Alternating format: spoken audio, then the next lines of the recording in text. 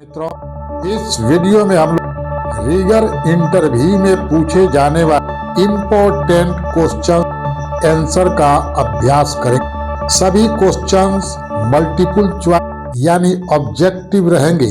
आपको केवल सही आंसर पर टिक मारना है तथा इस वीडियो के अंत में सिग्नल मैन के रिस्पॉन्सिबिलिटी के बारे में जानकारी प्राप्त करेंगे जो रीगर क्लाइंट इंटरव्यू में पूछा जाता है। तो चले मित्रों, क्वेश्चन आंसर का अभ्यास करते हैं। Now video is being started.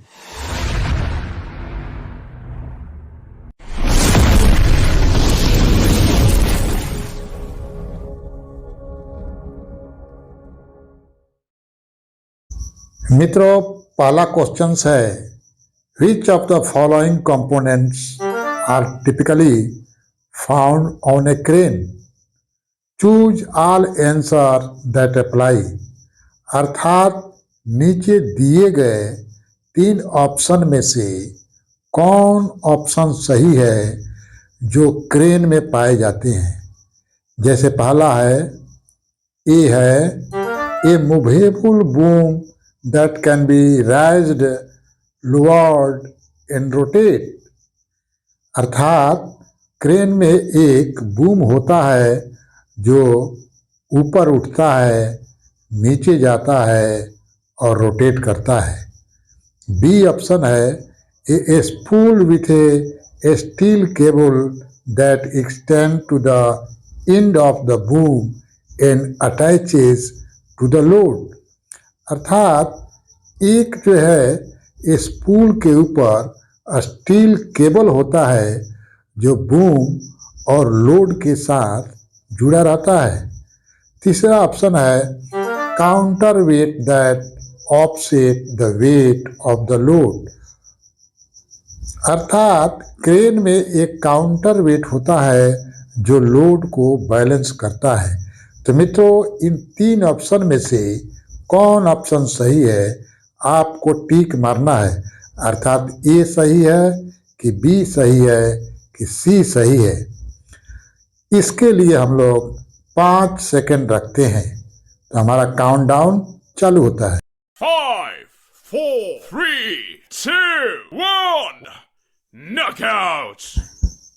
तो मित्रों, इस क्वेश्चंस का आंसर ए बी सी तीनों हुआ, क्योंकि हर एक क्रेन में एक मूवेबल बूम होता है और हर एक क्रेन में एक जो है कि स्पूल होता है जिस पर वायर रोप लपेटा रहता है और हर एक क्रेन में काउंटर वेट भी होता है।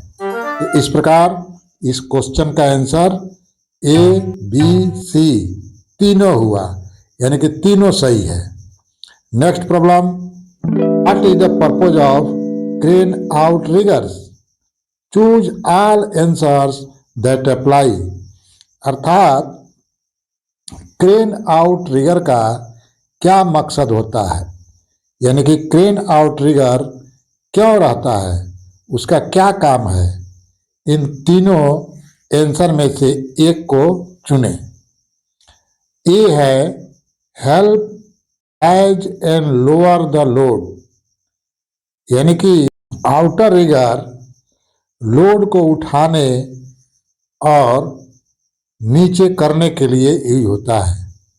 दूसरा ऑप्शन है be increase the stability of the crane. अर्थात यह क्रेन के स्थायित्व स्टेबिलिटी को बढ़ाता है। और सी है मित्रों help keep the crane level, और यह क्रेन के लेवल में रखने के लिए सहायता करता है। तो हम लोग के पास 5 सेकंड है और इन तीनों में से सही चुनना है। 5, 4, 3, 2, 1, नॉकआउट। इस क्वेश्चन का आंसर हुआ मित्रों बी और सी, यानी कि बी और सी सही है। Next question, what is the mechanism that moves a load horizontally along the jib of a tower crane, यानी कि टावर क्रेन के जीब में क्षैतिज में क्या चलता है? ए डॉली, बी ट्रॉली, सी गंट्री, डी जीब। 5, 4, 3, 2, 1. Knockout! इस क्वेश्चन का आंसर है मित्रों बी, यानी कि trolley. Next question, identify the factors that decrease A crane load limit, choose all answer that apply, यानी कि लोड लिमिट, क्रेन के लोड लिमिट को क्या कम करता है? पहला, रेजिंग द क्रेन बूम, यानी बूम को उठाने पर उसका लोड उठाने की शक्ति कम हो जाती है। बी, एक्सटेंडिंग ए टेलीस्कोपिक बूम, टेलीस्कोप आउट, यानी कि टेलीस्कोपिक बूम को एक्सटेंड करने पर लोड कम होता है। सी, लोअरिंग द बूम, यानी बूम को नीचे झुकाने पर लोड कम हो जाता है। या डी, शॉर्टेनिंग ए टेलीस्कोपिक बूम, टेलीस्कोप इन, यानी कि टेलीस्कोपिक बूम को छोटा करने पर लोड लिमिट कम हो जाता है। 5, 4, 3, 2, 1. Knockout!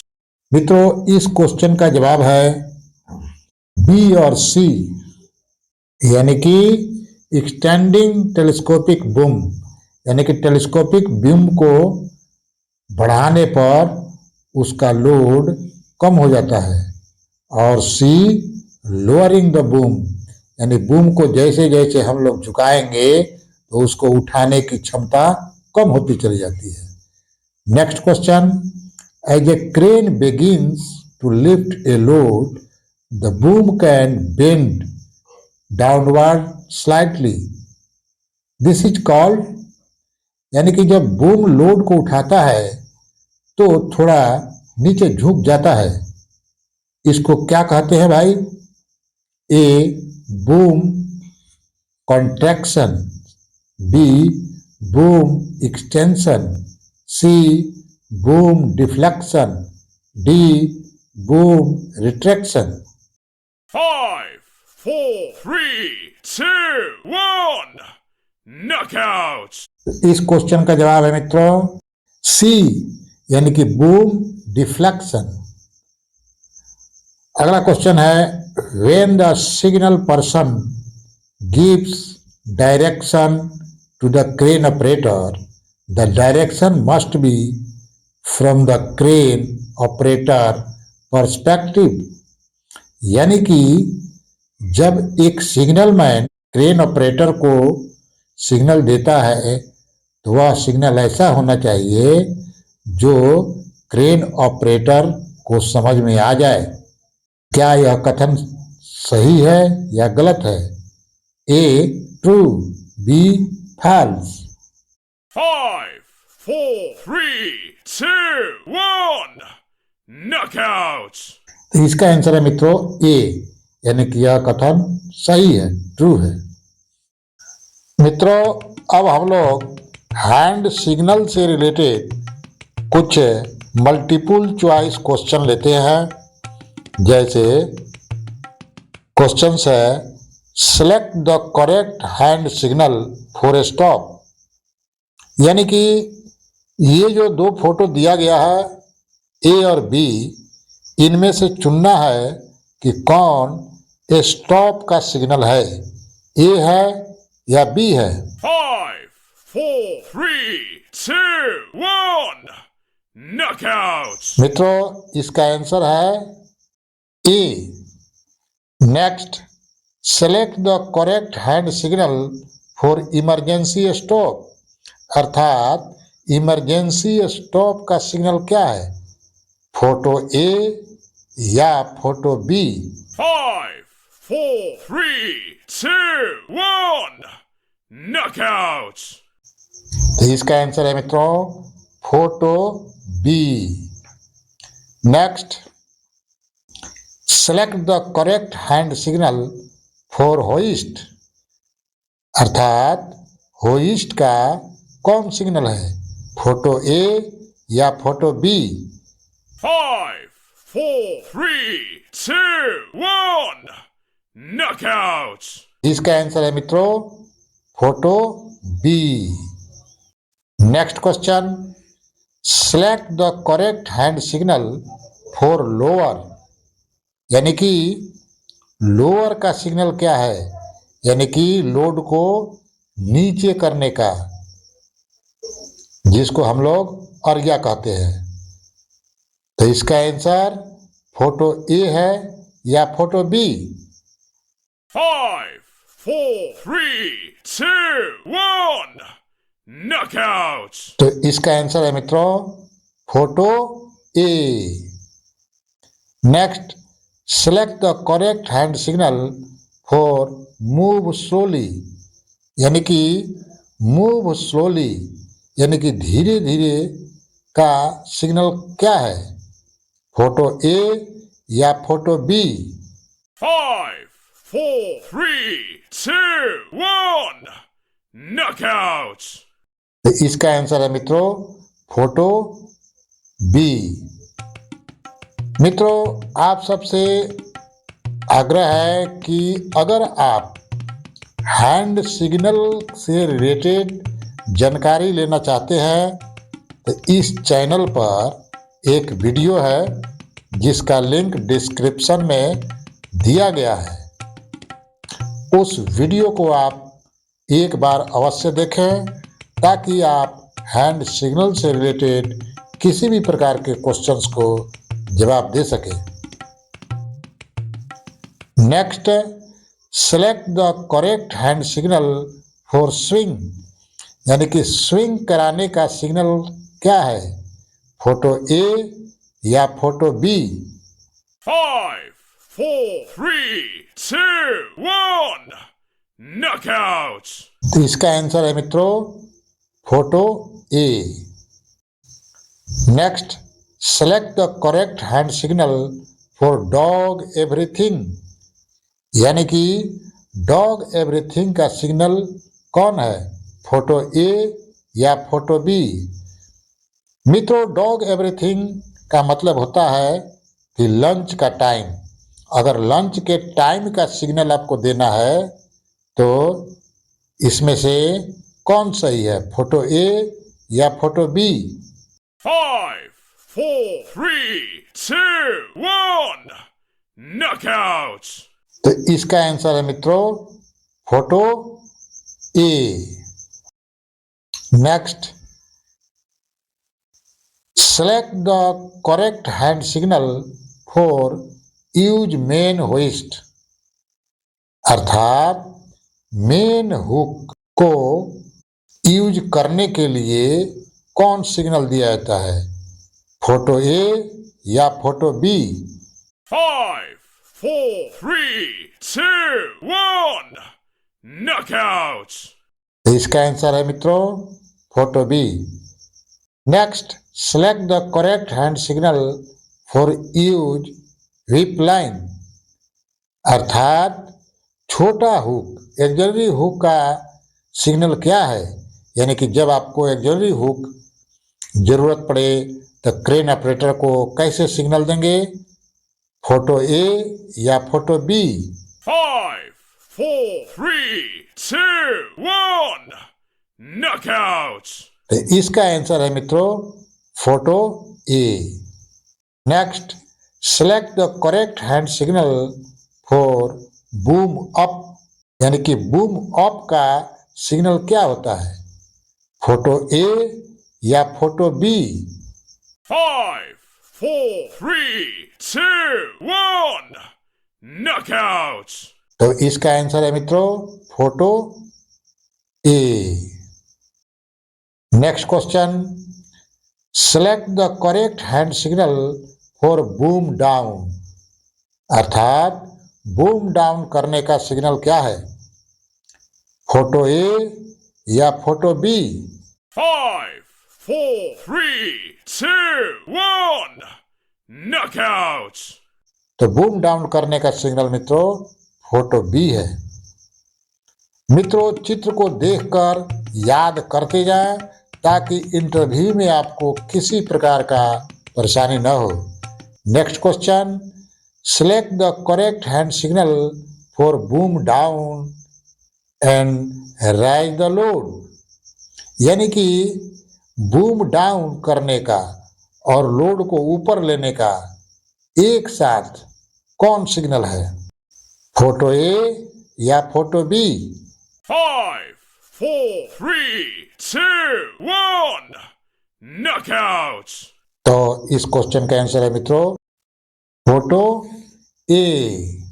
Next, select the correct hand signal for boom up and lower the load.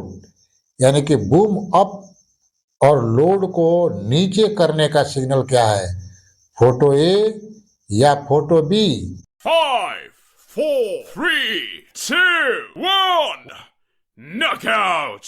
तो इसका आंसर है मित्रों photo A.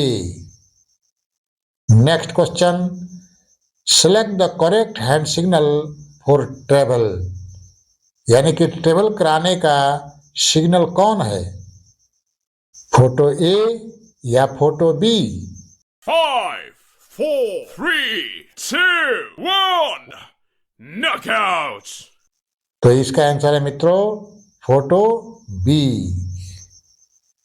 Next question, select the correct hand signal for travel both tracks for crawler crane. यानी crawler crane के दोनों track को travel कराना है, तो इसका कौन सिग्नल है भाई, फोटो ए या फोटो बी? 5, 4, 3, 2, 1. Knockout. इसका आंसर है मित्रों photo A. Next, select the correct hand signal for travel one track for crawler crane. यानी क्राउलर क्रेन के वन ट्रैक को मूव कराना हो तो कौन सिग्नल देंगे भाई, फोटो ए या फोटो बी? 5, 4, 3, 2, 1. Knockout. इसका आंसर है photo B. Next, select the correct hand signal for telescope out.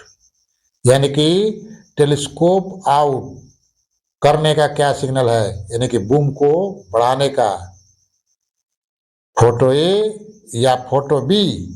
5, 4, 3, 2, 1. Knockout. इसका आंसर है मित्रों photo A. Next, select the correct hand signal for telescopic in. यानी कि टेलीस्कोपिक बूम को इन करने का, छोटा करने का सिग्नल क्या है मित्रों, फोटो ए या फोटो बी? 5, 4, 3, 2, 1. Knockout. इसका आंसर है photo B. Next question, select the correct hand signal for telescope out one hand signal. यानी कि एक हाथ से सिग्नल देकर टेलीस्कोप को आउट करना है, यानी कि बढ़ाना है, तो इसके लिए क्या सिग्नल होता है भाई, फोटो ए या फोटो बी? 5, 4, 3, 2, 1. Knockout. इसका आंसर है photo A. Next question, select the correct hand signal for telescope in one hand signal. यानी कि एक हाथ से सिग्नल देना है ताकि टेलीस्कोपिक बूम को छोटा किया जा सके, यानी उसको अंदर किया जा सके। तो इसका आंसर क्या है भाई, फोटो ए या फोटो बी? 5, 4, 3, 2, 1. Knockout. इसका आंसर है मित्रों photo A. Next, select the correct hand signal for tower travel used with traveling tower crane। यानी कि टावर क्रेन को ट्रेवल कराना है तो इसका सिग्नल क्या है भाई?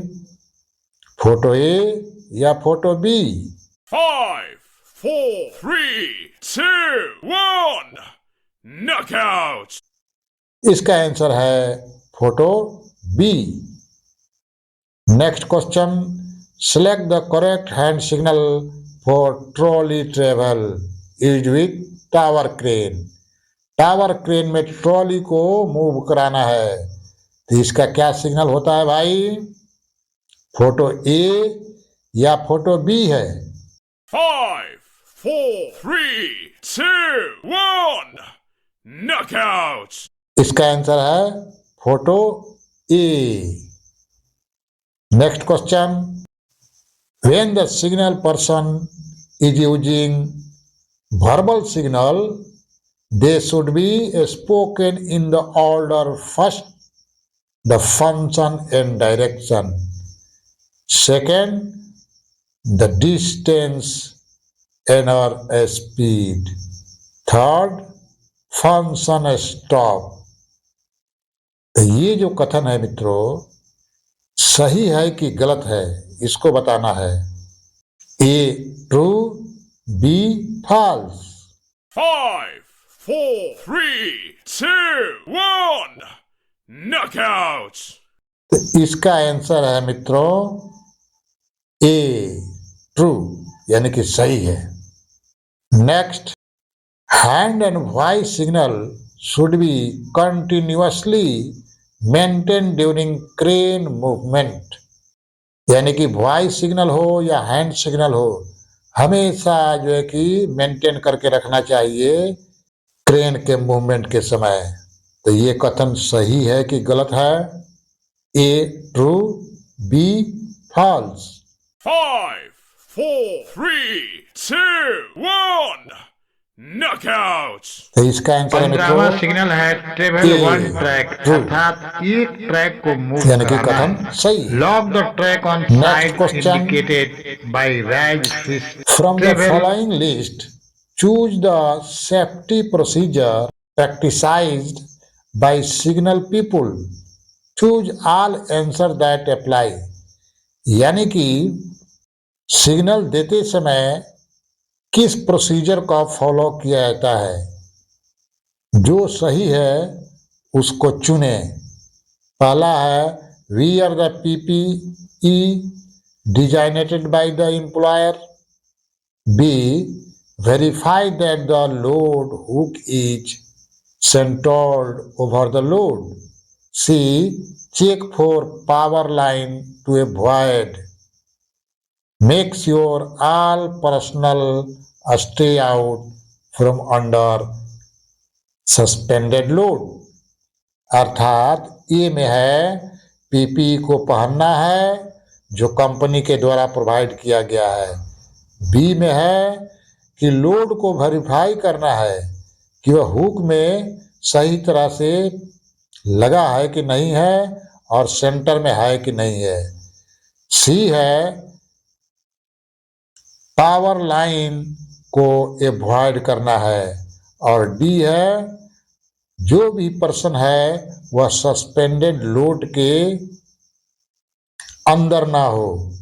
तो इसमें से कौन सही है? 5, 4, 3, 2, 1. Knockout! मित्रों, इस क्वेश्चन का जवाब ए बी सी डी चारों सही है। Next, from the following list select the safety practice signal people should follow, choose all answer that apply। अर्थात इन चारों में से आप पता करें, बताएं कि सिग्नल पीपुल को जो सिग्नल देता है उसको इन चारों में से क्या करना चाहिए। A stay away from the rotation zone of the cab and counterweight, signal man को चाहिए कि वह काउंटर वेट और रोटेशन जोन के बाहर खड़ा रहे। B, when possible use a tag line instead of your hands to control a load। अर्थात लोड को हाथ से छूने के बजाय, हाथ से कंट्रोल करने के बजाय हम लोगों को टैग लाइन यूज करना चाहिए। C, stay away from the area where a load could swing. जहां तक लोड स्विंग कर सकता है, मूव कर सकता है, उस एरिया से बाहर खड़ा होकर सिग्नल देना चाहिए।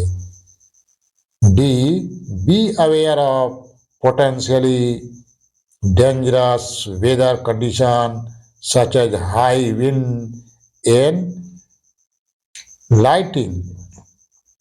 सिग्नल मैन को भी चाहिए कि मौसम के खतरा को पहचाने और हाई विंड यानी कि तेज हवा और तेज प्रकाश को पहचाने और उसे सचेष्ट रहे। तो इनमें से कौन सही है मित्रों? 5, 4, 3, 2, 1, knockout!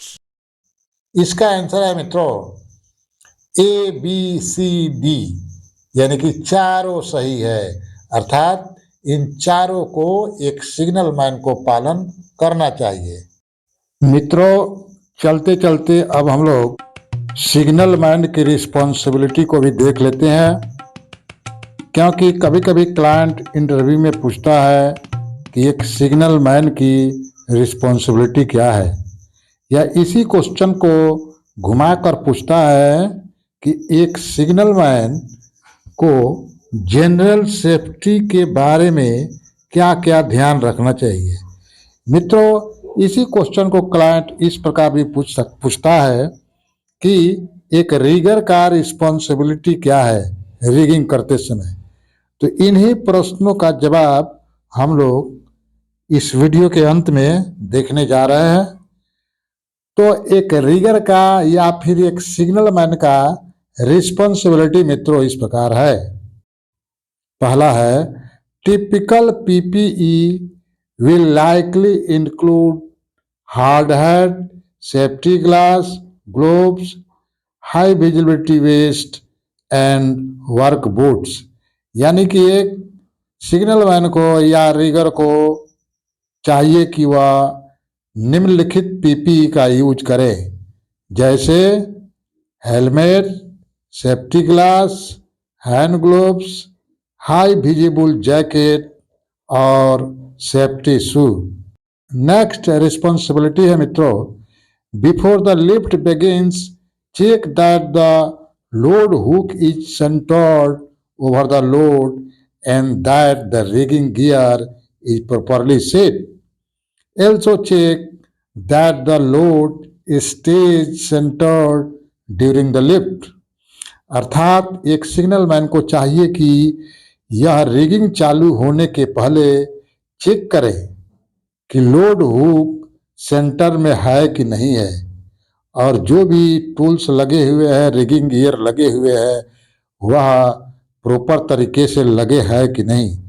यह भी चेक कर लें कि लोड हमेशा रिगिंग के समय सेंटर में ही रहे। तीसरा रिस्पॉन्सिबिलिटी है मित्रों, watch for power lines to be sure the boom और load doesn't get too close. अर्थात यह ध्यान रखें कि पावर लाइन बूम या लोड के नजदीक में न हो। चौथा रिस्पॉन्सिबिलिटी है मित्रों, watch the boom deflection closely to make sure it doesn't exceed the load radius.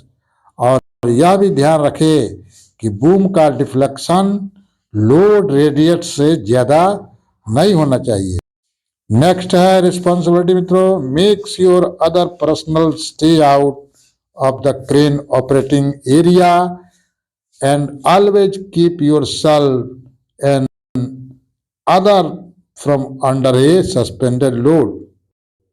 मित्रों, यह सिग्नल मैन का रिस्पॉन्सिबिलिटी होता है कि वह जो भी पर्सनल या अन्य व्यक्ति है वह क्रेन ऑपरेटर एरिया के अंदर में न हो और स्वयं सिग्नल मैन भी क्रेन ऑपरेटिंग एरिया में खड़ा न रहे और सस्पेंडेड लोड के नजदीक में। तो इस प्रकार मित्रों हम लोग क्लाइंट इंटरव्यू में एक रिगर का रिस्पॉन्सिबिलिटी या फिर एक सिग्नल मैन का रिस्पॉन्सिबिलिटी या इसको हम लोग कह सकते हैं कि एक रिगर का या सिग्नल मैन का जनरल सेफ्टी के। बहुत बहुत धन्यवाद मित्रों।